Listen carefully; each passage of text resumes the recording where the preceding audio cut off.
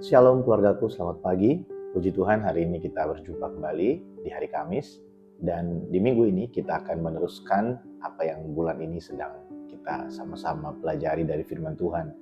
Minggu yang lalu kita belajar tentang Allah yang berdaulat, kedaulatan Tuhan dalam kehidupan kita. Dia bukan hanya berdaulat dalam penciptaan dan memelihara segala ciptaannya, namun dia juga berdaulat atas segala peristiwa yang terjadi di dalam kehidupan kita, atas segala keputusan dan apa yang terjadi di sepanjang perjalanan iman kita. Kita percaya bahwa Allah tidak pernah tinggal diam dan tidak ada satu peristiwa pun yang terjadi tanpa sepengetahuan Tuhan. Nah, minggu ini kita akan sama-sama belajar bagian firman Tuhan yang berikutnya, yaitu bagaimana tanggung jawab kita di dalam kedaulatan Allah. Tentu kita punya tanggung jawab di dalam kedaulatan Tuhan.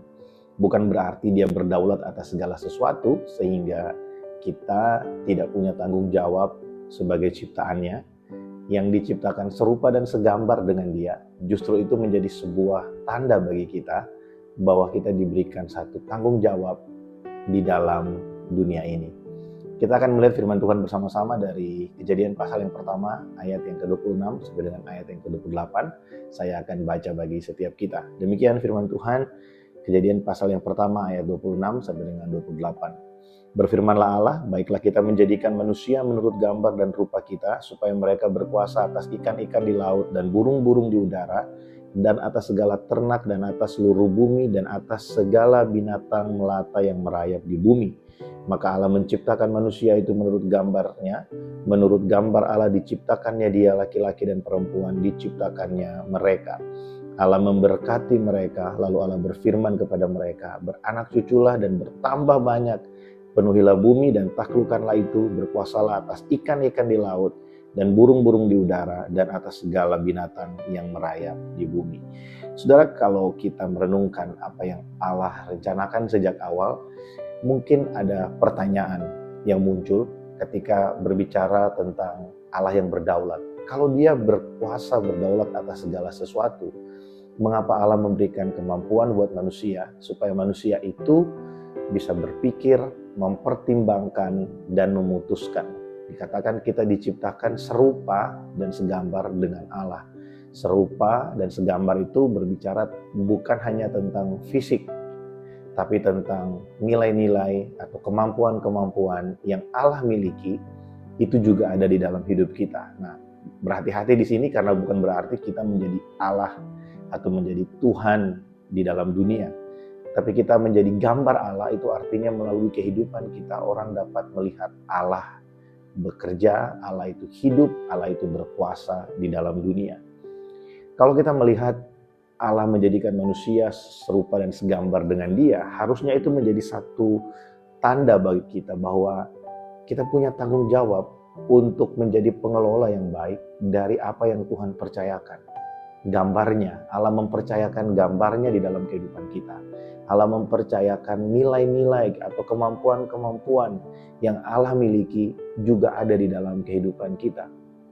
Tentu kalau kita melihat dari 3 ayat yang kita baca tadi, kemampuan untuk mengelola Tuhan berikan. Kemampuan untuk kita bisa menjadi perpanjangan tangan Tuhan untuk memelihara ciptaan yang lain, ya, tumbuh-tumbuhan, binatang, dan alam semesta yang Tuhan ciptakan. Itu semua diberikan kepada kita untuk kita kelola dengan baik.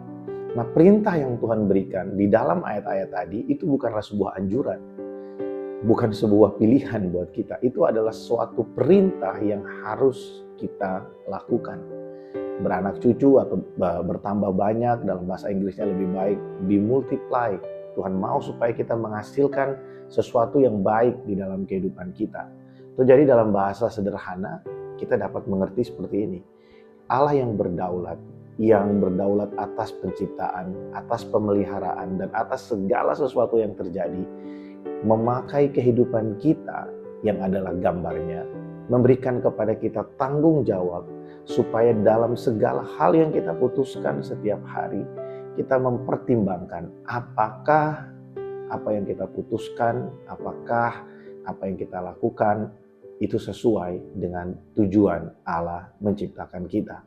Karena perintah Allah bukan sebuah anjuran bagi kita untuk memelihara, untuk menjadi pengelola yang baik atas semua ciptaan yang lain. Itu bukan sebuah anjuran. Allah tidak menganjurkan kita untuk menjadi pengelola yang baik, tapi Allah memerintahkan kita untuk menjadi pengelola yang baik. Tentu perintah selalu memiliki konsekuensi.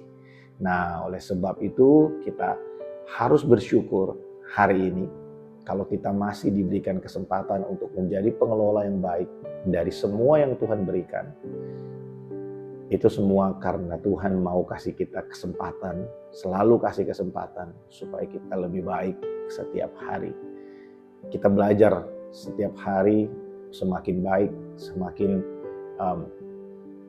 menjadi gambar dan rupa Allah untuk semua ciptaan yang lain. Nah, saya berdoa supaya pagi hari ini kita sama-sama boleh merenungkan ini, bahwa Allah memberikan kepada kita tanggung jawab. Allah yang berdaulat itu, Allah yang berkuasa atas segala sesuatu, Dia memberikan kepada kita tanggung jawab supaya kita bisa mengikuti perintahnya. Perintah Allah itu bukanlah anjuran bagi kita, tapi itu sebuah keharusan sebagai penundukan diri kita kepada Allah untuk kita melakukannya. Nah, saya berdoa supaya di minggu ini, sekalipun kita mulai di hari Kamis, tapi kita dapat merenungkan hal ini dengan baik.